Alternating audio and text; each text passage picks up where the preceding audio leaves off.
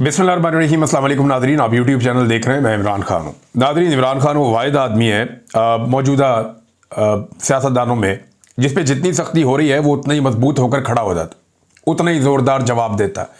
और ये जवाब इमरान खान साहब जो हैं पाकिस्तान की मिलिट्री एस्टेब्लिशमेंट को देते हैं। अब जो इमरान साहब का जो रिसेंट एक ट्वीट है उसको अगर आप पढ़े तो आपको आइडिया हो जाएगा कि ये तो ऐलान जंग है। ये तो इमरान खान साहब वो बातें कर रहे हैं जो नॉर्मली सियासतदान करने के बारे में सोचते भी नहीं हैं। पहले आप सुने इमरान खान ने कहा क्या, ये बहुत इंपॉर्टेंट है। इससे आपको आइडिया हो जाएगा कि इमरान खान के साथ हो क्या रहा है और इमरान खान साहब का अपना मूड क्या है। ये जितने लोग कहते हैं ना कि डील शील ये वो, हाँ ये जरूर है कि इमरान खान ये एस्टेब्लिशमेंट के साथ चाहते हैं कि बैठो बात करो, निकलो इसमें से, और ये जो आपका गंदा किरदार है इसको बंद करो। फिलहाल ये नजर आ रहा है। लेकिन इमरान खान साहब किसी से भी डील नहीं कर रहे फौज के साथ। डील करने वाला आदमी ऐसी जुबान इस्तेमाल नहीं करता। ये जो लोग कहते हैं ना कि फौज की इमरान खान साहब दोबारा जाके गोद में बैठना चाहते हैं, या जो लोग इस तरह की बातें करते हैं कि जनाब इमरान खान साहब ये चाहते हैं कि फौज उन्हें दोबारा से इक़्तिदार के अंदर ले आए और उन्हें वही वाली सहूलत मिल जाए जैसी उनको माजी में थी, तो ये नहीं है, ये बात ही नहीं है। उसकी वजह ये स्टेटमेंट है। इस तरह की स्टेटमेंट देने वाला आदमी कभी भी दोबारा, ऐसा नहीं है कि वो फौज से सहूलतकारी चाह रहा हो। ये स्टेटमेंट वो आदमी देता है जो ये चाह रहा हो कि निकलो बीच में से, यानी मेरा मुल्क है मैं चला लूंगा भाई, हम मुल्क के मालिक हैं, तुम जबरदस्ती आके तुमने हर चीज पे कब्जा किया हो। तो ये इस तरह की सोच वाला आदमी ये बात कर सकता है। अब जरा ये देखें आप, पाकिस्तान में इस वक्त मार्शल लॉ नहीं आसिम लॉ नाफिज है। ये डील करने वाला बंदा ये बात करता है। इमरान खान साहब के अपने ट्विटर हैंडल से ये लिखा गया है, मुल्क में आसिम मुनीर का कानून चल रहा है और ISI उसे तहफ़्फ़ुज़ दे रही है। जो चीज आसिम मुनीर को ताकत देती है वो इस मुल्क का कानून बन जाता है। आसिम मुनीर अपनी ताकत के लिए मुल्क की हर चीज की कुर्बानी देगा। ये आर्मी चीफ फौज की बदनामी करवा रहा है जैसा कि याह्या खान ने किया था। कैटेगोरिकली इमरान खान साहब ने कह दिया कि जो मौजूदा पाकिस्तान का field marshal army chief Asim Munir साहब हैं, इमरान खान साहब ने क्लियर कर दिया कि ये एग्जैक्टली याह्या खान ने जैसे फौज की बदनामी करवाई थी वैसे ही ये वाला आर्मी चीफ भी फौज की बदनामी करवा रहा है। इस वक्त सेनेट, कौमी असम्बली, वजीर आजम, सदर सब गैर कानूनी हैं। एक जाली आईनी अदालत बनाकर हमारी नशिस्तें कम की गई हैं, जो तारीख में कभी नहीं हुआ कि एक जमात की नशिस्तें किसी और को दे दी जाएं। वो आईनी अदालतें जिनमें इंसाफ मिलना चाहिए था, आज वहां आसिम मुनीर ने अपने जाती नौकर बिठा रखे हैं। सिकंदर सुल्तान राजा ने तारीखी इलेक्शन फ्रॉड किया है और उसे तौसीह देकर इस धांधली को तहफ़्फ़ुज़ दिया गया। इस्लामाबाद हाई कोर्ट के जज 7 माह से मेरी अपीलें नहीं सुन रहा क्योंकि इसे भी हदायत आसिम मुनीर से मिल रही हैं। इस वक्त मुल्क में आसिम मुनीर का कानून है जैसे पाकिस्तान इसकी जाती मलकियत हो। मुल्क में अदलिया इदारे और जमहूरियत को मुनज़्ज़म तरीके से तबाह किया गया है। मिलिट्री कोर्ट्स को कानूनी करार दिया गया और यह इकदाम दरअसल अदलिया की जानिब से खुद अपने ऊपर अदम एतमाद है। मेरी अहलिया बुशरा बीबी को बतौर हथियार इस्तेमाल करके मुझे तोड़ने की कोशिश की जा रही है, लेकिन मैं ये वाजे कर दूं, मैं मर जाऊंगा मगर कभी आसिम मुनीर की बादशाहत को तस्लीम नहीं करूंगा। मामला आसिम मुनीर का और इमरान खान का है जो इस ट्वीट से साबित हो रहा है। और ये मैं पहले भी कई दफा कह चुका हूं, हम ऑफ द रिकॉर्ड भी सहाफी आपस में बात करते हैं तो बात ये करते हैं कि एक आसिम मुनीर है, एक इमरान खान है, एक पाकिस्तान का सबसे बड़ा लीडर है और एक पाकिस्तान के सबसे ताकतवर ओहदे पे बैठा हुआ शख्स है। तो लड़ाई इनके बीच में चल रही है। ये बाकी सारे तो भेड़ बकरियां हैं बीच में, ये बाकी सारे तो लटरम पटरम है। ना नवाज शरीफ कुछ बेचता है, ना आसिम जरदारी के पल्ले कख है। शहबाज शरीफ तो वैसे ही इमरान खान ने अर्दली है। मरियम नवाज ना 3 में ना 13 में, बिलावल बेचारा कहीं गिनती भी नहीं आता। तो ये सारे फारिग हैं। लड़ाई असल में आसिम मुनीर और इमरान खान की है। ये इमरान खान साहब ने आज इस ट्वीट के अंदर इसको क्लियर कर दिया। उन्होंने कहा जी कि मर जाऊंगा मगर कभी आसिम मुनीर की बादशाहत को तस्लीम नहीं करूंगा। यह एक कब्जा ग्रुप है जिसने मुल्क पर जबरदस्ती कब्जा कर रखा है। इस वक्त पाकिस्तान में डाकू डफर अलायंस मुकम्मल तौर पर काबिज हैं। 26वीं तरमीम से जजों की खुद मुख्तारी मुकम्मल तौर पर खत्म कर दी गई है। जजेस के अहकामात की कोई औकात नहीं रह गई। एक पुलिस वाला भी जज के अहकामात को हवा में उड़ा देता है। आज दौरान कार्रवाई जज साहब ने बाहर गेट पर मुंतजिर मेरी फैमिली को अंदर बुलाने का हुक्म दिया और बारहा कार्रवाई रुकवाई भी, मगर मेरी फैमिली को अंदर नहीं लाया गया। इसका मतलब है कि पुलिस एहलकार के सामने जज के अहकामात की कोई वक़्त नहीं है। हमारा इंसाफ का निज़ाम मुकम्मल तौर पर दफन हो चुका है। मुल्क इस वक्त तबाह होता है जब नाअहल शख्स को उस पर बिठाया जाए, कुर्सी पर बिठाया जाए, मुल्क पर बिठाया जाए। आसिम मुनीर मुल्क और मोहसिन नकवी क्रिकेट संभाल कर बैठ गया है। इनकी अहलियत क्या है? मोहसिन नकवी की वजह से आज हमारी टेस्ट टीम 9वें नंबर पर पहुंच चुकी है। जब इस तरह के नाअहल लोग बिठाए जाएंगे तो खेलों समेत हर शोबे का यही हाल होगा। ऊपर से मोहसिन नकवी साहब के बड़े बड़े स्कैंडल्स मीडिया ला रहा है जनाब। वो बता रहा है कोई कि पीसीबी में इतना पैसा उड़ा दिया, ये फलां जगह पे इतना पैसा उड़ा दिया, इनके खर्चों पे अल्ले तल्लों पे इतना पैसा लग गया, फलां फलां होटलों में जाके ठहरते रहे, वहां इतना पैसा लग गया। तो जो बंदे मिलियन बिलियन में पाकिस्तानियों को पढ़ते हैं, उन्होंने देखे पाकिस्तान का हाल क्या कर दिया। फिर वो ये कहते हैं जब नाअहल लोग ओहदों पर काबिज कर दिए जाएं तो ये बहुत खतरनाक होता है कि किसी को बगैर अहलियत सिर्फ ताकत के जोर पर इदारों पर मुसल्लत कर दिया जाए। मुझ पर टॉर्चर बहुत बढ़ा दिया गया है। मुझे 22 घंटे सेल में कैद तन्हाई में रखा जाता है। मैं आपको पहले भी बता चुका हूं, और ये कानून है, सिर्फ पाकिस्तान में नहीं, आलमी सतह पे भी। अगर किसी को कैद तन्हाई में डाला जाता है तो ये अदालत के अहकामात पे हो सकता है, क्योंकि कैद तन्हाई आज खुद एक सजा है। तन्हा किसी बंदे को या कैदी को रखना ये एक बड़ी खौफनाक सजा होती है, और ये सजा किसी अदालत के हुक्म के बगैर नहीं दी जा सकती, जो अदालत की इंफॉर्मेशन से बाहर इमरान खान साहब को दी जा रही है। वो ये कहते हैं कि 22 घंटे मुझे सेल में कैद तन्हाई में रखा जाता है, किताबें नहीं दी जा रही, हालात हाजरा से बेखबर रखने के लिए ना ही अखबार दिया जा रहा है और ना ही टीवी देखने की इजाजत है। यह ना सिर्फ मकामी बल्कि आलमी इंसानी हकूक की बदतरीन पामाली है। आज जज के हुक्म पर 3 घंटे के बाद फकत एक किताब मुझे मुहैया की गई है, जबकि मेरी फैमिली ने गुज़िश्ता 1.5 माह के दौरान कम से कम 2 दर्जन किताबें भिजवाई हैं। जब से जेल सुपरिटेंडेंट गफूर अंजुम आया है, मुझ पर टॉर्चर बहुत बढ़ा दिया गया है। यह तमाम टॉर्चर इसकी सरबराही में किया जा रहा है। हम पाकिस्तान में अमन चाहते हैं। पाकिस्तान में इस वक्त जो भी अमन के साथ खड़ा है, अमन मार्च कर रहा है, हमें इसके साथ भरपूर यकजहती दिखानी चाहिए। आज 7 माह हो गए मुझे अपने बच्चों से बात नहीं करने दी गई है। ये उनका हक है कि वो अदालत में जाएं, और मैंने खुद अपने बेटों को कहा है कि वो इंसानी हकूक की बुनियाद पर आलमी अदालत से रुजू करें। वो अमेरिका में किसी से मदद नहीं मांग रहे, बल्कि अपने हकूक के लिए आवाज़ बुलंद कर रहे हैं। जब सदर ट्रंप की हुकूमत आई तब भी मैंने यही कहा था कि पाकिस्तान के फैसले पाकिस्तान में होंगे। ये बात मैं भी आपको बार बार कहता रहा हूं कि ये ज़रूर एक हुकूमत आई है, और उसने दावा भी किया कि जनाब हम ये ख़त लिखने लगे हैं, या हम वो फ़ोन कर रहे हैं, या हमने पैगाम पहुंचा दिया है। और ये चीज़ें उन्होंने ओवरसीज़ पाकिस्तानियों को, बड़े इंपॉर्टेंट और बड़े मोतबर लोग हैं जिनको बताई, और उन्हें वो चीज़ें शेयर भी की। लेकिन उसके बाद पाकिस्तान की हुकूमत ने अच्छी डील मारी अमेरिका के साथ, और बहुत सारा कुछ गिरवी रख के तो अपना गला छुड़वा लिया अमेरिका से कि जी इमरान खान को हमें अंदर रखने दें, हमारी मादनियात चाहिए आपको देंगे, हमारे कोई आपको मौक़िफ़ चाहिए वो आपको देंगे, आपके मुताबिक अपनी खारजा पॉलिसी बनाएंगे, अब्राहम अकॉर्ड की बात ये सारे करते रहते हैं। मैं आगे चल के आपको बताता हूं कि एक्चुअली ये क्या चीज़ें अमेरिका के साथ तय कर रहे हैं। हमने तमाम दरवाजे खटखटाए, लेकिन कहीं से सुनवाई नहीं हुई। मैंने सिर्फ एक बार मुज़ाकरात का कहा था, वो भी 26 नवंबर और 9 मई के कमीशन के मुतालबे के साथ। 26 नवंबर को निहत्ती अवाम पर गोलियां चलाने के पीछे आसिम मुनीर है। मैं आज फिर वादे कर रहा हूं कि अब बातचीत की कोई गुंजाइश नहीं है, क्योंकि यह गिरोह पूरा निज़ाम हथिया चुका है। बैरिस्टर गौहर, सलमान अकरम राजा, अली अमीन गंडापुर और जुनैद अकबर को ताकीद करता हूं कि भरपूर तरीके से तहरीक चलाएं। तहरीक का मकसद इंसाफ का निज़ाम, कानून की बालादस्ती और आईन का तहफ़्फ़ुज़ होना चाहिए। अगर हमने सड़कों पर आवाज़ ना उठाई तो यह कब्ज़ा ग्रुप पार्लिमानी पार्टी को भी आहिस्ता आहिस्ता तबाह कर देगा। मैं खड़ा हूं तो आपको भी खड़ा होना होगा। ये इमरान खान साहब के स्टेटमेंट का एक हिस्सा है।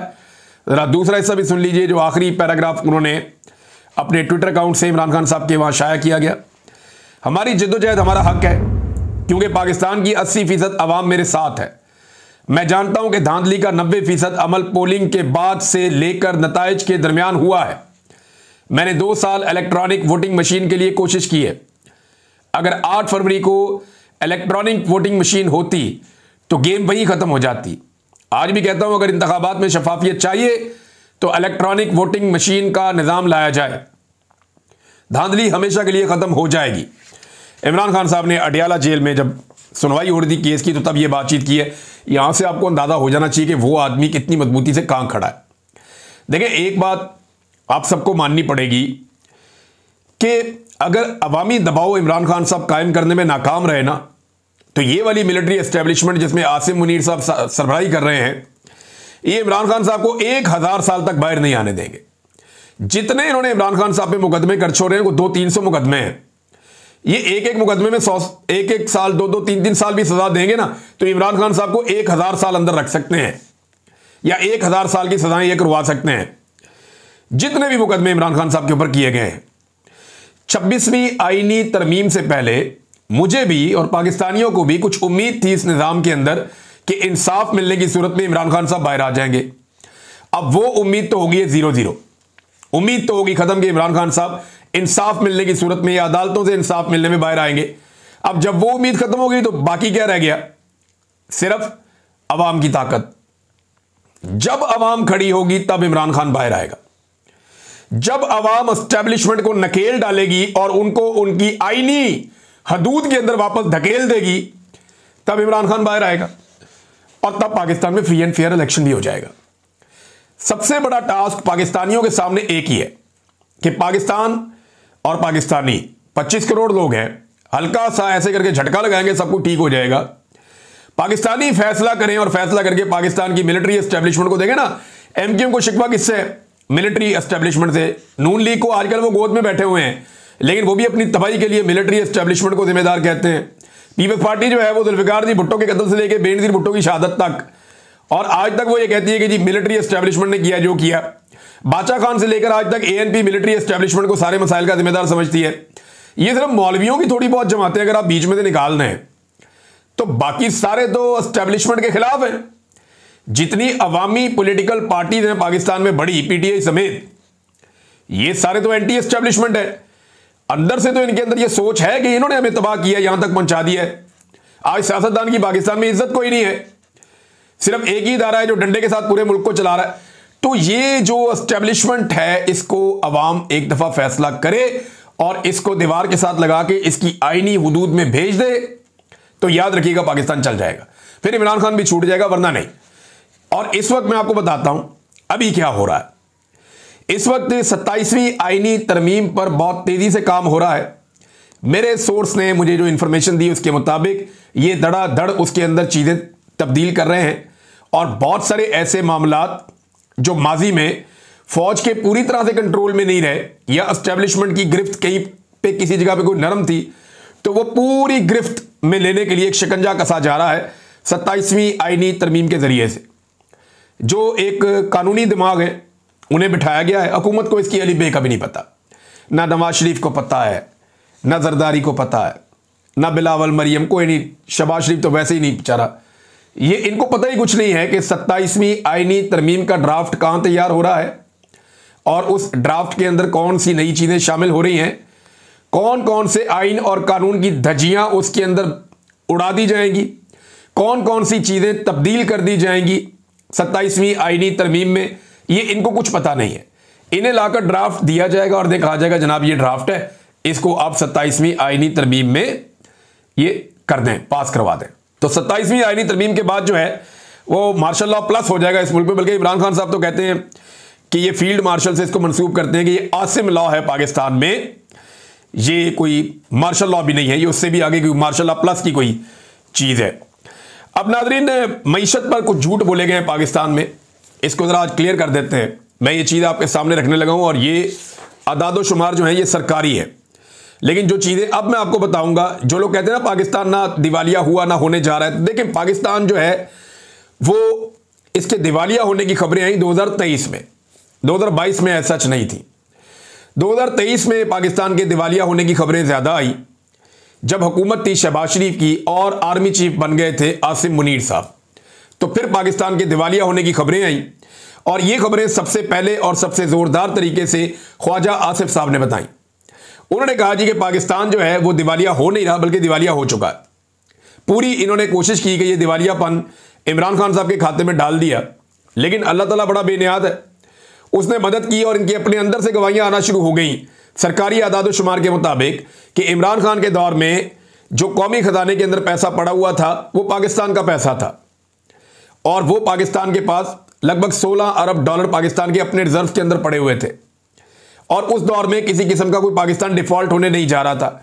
रेमिटेंसेस लगातार बढ़ रही थी, आईटी सेक्टर में पाकिस्तान आगे जा रहा था, रिकॉर्ड पाकिस्तान के अंदर प्रोडक्शन हो रही थी, एक्सपोर्ट्स लगातार पाकिस्तान की बढ़ रही थी, पाकिस्तान में सियाहत जो है उसके अंदर तरक्की हो रही थी, और इमरान खान साहब दुनिया के साथ बेहतर ताल्लुकात बना रहे थे। पेट्रोल की और डॉलर की कीमतें कुछ हद तक कंट्रोल थी, और काफ़ी कंट्रोल था। आलमी मंडी में बहुत महंगा हो गया था पेट्रोल, लेकिन इसके बावजूद इमरान खान साहब ने पाकिस्तान में कंट्रोल करके रखा हुआ था। ये था वो दौर। फिर आसिम मुनीर साहब ने दावा किया जी 1 साल में मईशत ठीक हो जाएगी। फिर इन्होंने कहा जी कि हमने पाकिस्तान को डिफॉल्ट से बचा दिया। कहां गए वो लोग जो कहा करते थे जनाब पाकिस्तान डिफॉल्ट होने जा रहा है? ये बातें की ना आसिम मुनीर साहब ने, लेकिन ये तो ख्वाजा आसिफ आपका बॉस है, उसने ये बात की थी। अब इस वक्त पाकिस्तान के पास जो कौमी खजाने में पैसा पड़ा हुआ, वो पैसा किसका है, ये मैं आपको इस वीलॉग में बताने जा रहा हूं। इससे आपको आइडिया हो जाएगा कि पाकिस्तान इमरान खान के दौर में डिफॉल्ट कर रहा था या अब कर रहा है। और ये अभी झूठ बोल रहे हैं। पाकिस्तान जो है वो बिल्कुल एज पे खड़ा है। पाकिस्तान की मईशत पूरी तरह से तबाह हो चुकी है। ये पूरी सिस्टम, एस्टेब्लिशमेंट, हुकूमत सारे आपसे झूठ बोल रहे हैं। मैं आपको अदादो शुमार बताता हूं, और ये स्टेट बैंक ऑफ पाकिस्तान के जो मजमूई ज़र मुबादला के ज़खायर हैं वो 14.5 अरब डॉलर जून के आखिर तक थे। ये मैं आपको 2 हफ्ते पहले तक की ये रिपोर्ट दे रहा हूं कि ये 14.5 अरब डॉलर थे। अब उससे कम होंगे या थोड़ा सा ऊपर होंगे, इसके आसपास ही होंगे। अच्छा जी, इस वक्त जो पाकिस्तान के पास पैसे हैं ना, ये पाकिस्तान के अपने है ही नहीं। ये पैसे किसके हैं? जरा ये 14.5 अरब डॉलर है, जरा इनका हिसाब कर लेते हैं। सऊदी अरब के 5 अरब डॉलर इसके अंदर हैं जो स्टेट बैंक ऑफ पाकिस्तान में उन्होंने रखवाए हुए हैं, और इस पे सऊदी अरब 4% सूद हमसे वसूल कर रहा है। हर साल हम इस रकम को रोल ओवर करते जा रहे हैं। जब से ये हुकूमत आई है, इन्होंने सऊदी अरब से पैसा लिया हुआ है और पैसा बढ़ा दिया है, और उसके ऊपर सूद देते जा रहे हैं। कर्जा वापस करने के बजाय उसको रोल ओवर करते हैं। 5 अरब डॉलर किसका हो गया? सऊदी अरब का। चीन का 4 अरब डॉलर पाकिस्तान में पड़ा हुआ है, और इसके ऊपर हम 6% से ज्यादा सूद चाइना को दे रहे हैं सालाना। अब 5 अरब सऊदी अरब का, 4 अरब चाइना का, कितना हो गया? 9 अरब रुपया ये आपके पास पड़ा हुआ है दूसरे मुल्कों का, आपका अपना पैसा नहीं है। हालांकि इमरान खान साहब के दौर में ये रेशो और ये मामला नहीं था। वहां कौमी खजाने में पैसे पड़े हुए थे पाकिस्तान के। 3 अरब डॉलर आपने यूएई का लिया हुआ है, तो ये मिला के हो गया 12 अरब डॉलर। कोई 1 से 1.5 अरब डॉलर आपने इकट्ठा किया हुआ है दूसरे बैंकों से, जो प्राइवेट बैंक हैं बाहर, इन लोगों से आपने पैसा इकट्ठा किया हुआ है, और भारी सूद के ऊपर आपने ये पैसा लिया हुआ है। पता नहीं कौन कौन कमीशन खा रहा होगा इसमें। तो लगभग पाकिस्तान का, चले बहुत कम भी आप लगाएं तो 14.5 अरब डॉलर के ज़खायर में से लगभग 13 अरब डॉलर के जो ज़खायर हैं वो पाकिस्तान के अपने पैसे है ही नहीं। वो लोगों से मांग मांग के रखे हुए हैं, कोई सऊदी अरब से, कोई चाइना से, कोई यूएई से, कोई किसी और बैंक से। ये पैसा आपने मांग के रखा हुआ है। 13 अरब डॉलर आपका अपना है ही नहीं 14.5 अरब डॉलर में से। तो क्या पाकिस्तान जैसा एटमी पावर मुल्क सिर्फ 1.5 अरब डॉलर का मालिक है? ये तो इमरान खान साहब के दौर के मुकाबले में 10% भी नहीं है। तो मईशत का इन्होंने कर दिया सत्यानाश। पाकिस्तानी पैसा ले लेकर पाकिस्तान से बाहर भाग रहे हैं। बेशुमार पैसा पाकिस्तान से बाहर शिफ्ट हो चुका है। यूरोप में, अमेरिका में, बरतानिया में, खलीजी ममालिक में पाकिस्तान का पैसा धड़ाधड़ जा रहा है। और पाकिस्तान के अंदर इन्होंने पाकिस्तान में किसान को भी तबाह कर दिया, पाकिस्तान के अंदर मजदूर को भी तबाह कर दिया, मईशत पूरी तरह से बर्बाद कर दी। ये है वो पूरी कहानी मईशत की, जो ये झूठ बोलकर आपको बताते हैं कि जनाब हमने डिफॉल्ट से बचा दिए। अब ये मुल्क चला कैसे रहे हैं? जाली बिल भिजवा के। हर बंदे से 1 यूनिट के बदले 3 यूनिट के पैसे लेते हैं। ये बेशुमार पैसा आवाम की जेब से निकालते हैं, गैस की मद में, बिजली की मद में, पेट्रोल की मद में, महंगाई की मद में। और महंगाई की मद में आप ये देखें साथ साथ माफिया को भी खिला रहे हैं। ये इक्तदारी माफिया के हवाले कर दिया है इन्होंने। मैं आपको साबित कर देता हूं, पहले चीनी वाला माफिया देख लेना आप। चीनी वाले माफिया की जो कारस्तानी है वो आप देखें, आपको यानी हैरत होती है कि ये मुल्क कैसे, किस तरीके से चलाया जा रहा है, किस तरह के तजर्बे इस मुल्क में किए जा रहे हैं। अगर चीनी का मामला देखें तो पहले जनाब चीनी एक्सपोर्ट कर दी और कहा गया जी चीनी बहुत ज्यादा होगी, हम एक्सपोर्ट कर रहे हैं, बाहर भेज देते हैं। अब कहते हैं चीनी कम हो गई, इसलिए चीनी की कीमत 205 रुपए किलो हो गई, अब चीनी बाहर से मंगवा लेते हैं। और इस बीच में जो माफिया है उसने चीनी स्टोर करके अवाम की जेबों पे बेशुमार डाका डाल दिया। अरबों रुपया उन्होंने अवाम की जेब से निकाल लिया। और फिर फाइनली क्या कर रहे हैं, चीनी को मंगवा रहे हैं नवंबर में, जिस वक्त किसान ने अपना गन्ना बेचना है, जब नवंबर में चीनी आएगी, माफिया उस चीनी के साथ खेलेगा और किसान का गन्ना जो है वो टके टोकरी हो जाएगा। किसान को एक मरतबा फिर इन्होंने दफन करने का फैसला कर लिया है। और साथ ही अगर आप देखें कि इस वक्त तेल के साथ क्या हो रहा, आलमी मंडी में लगातार जो तेल है, ये खाने के तेल की बात कर रहा हूं मैं, कुकिंग ऑयल, इसकी प्राइस आलमी मंडी में लगातार नीचे जा रही है, हत्ता के 24% तक नीचे चली गई है। लेकिन पाकिस्तान में यह कीमत नीचे नहीं जा रही। पाकिस्तान में यह कीमत 4.5% तक मजीद बढ़ गई है। 24% ये लगा लें, 5% वो लगा लें, लगभग 30% का पाकिस्तानियों को चूना लग रहा है। अब ये 30% का चूना कितना है, जरा आप ये देख लें कि सार्फिन से 1 लीटर के ऊपर 150 रुपए से 170 रुपए इजाफी वसूल किए जा रहे हैं। आप जो भी घी या ये कुकिंग ऑयल खरीदते हैं, आपको इसके ऊपर इजाफी पैसे पे करने पड़ते हैं, फी किलो के ऊपर या फी लीटर के ऊपर 150 से 170 रुपए। ये जनाब पाकिस्तान के साथ माफिया ने कंट्रोल किया हुआ है पूरे के पूरे मुल्क को। और इनकी सोच कैसी है, अजीबोगरीबी सोच है। यानी जिस वक्त मगरबी दुनिया फलस्तीन को तस्लीम करने की बातें कर रही है, फ्रांस से खबर आ रही है, मैक्रोन जो है वो हो सकता है कि सितंबर के महीने में जब यूनाइटेड नेशन का इजलास हो तो वो वहां पे ऐलान कर दे, और ये खबरें वहां से आ रही हैं कि वो फलस्तीन को तस्लीम कर रहे हैं। जब दुनिया गजा के मसाइल के ऊपर परेशान है, उस वक्त पाकिस्तान के वुज़रा जो हैं वो बड़ी ढिठाई के साथ टीवी चैनल्स के ऊपर बैठकर अब्राहम अकॉर्ड के बारे में गर्दाने कर रहे हैं। अब अब्राहम अकॉर्ड क्या है, मैं आपको पहले भी बता चुका हूं कि अब्राहम अकॉर्ड का मतलब है कि इसराइल को तस्लीम करना। अंदाजा कीजिए आप, दुनिया को फलस्तीन की फिक्र है, दुनिया को गजा के शहरियों की फिक्र है, और पाकिस्तान को अब्राहम अकॉर्ड की फिक्र है। फिर जैसे ही आप वादे करके आएंगे तो फिर वैसे ही आपको काम करने पड़ेंगे। अब तक के लिए इतनी, अपना ख्याल रखिएगा, अपने चैनल का भी। अल्लाह हाफ़िज़।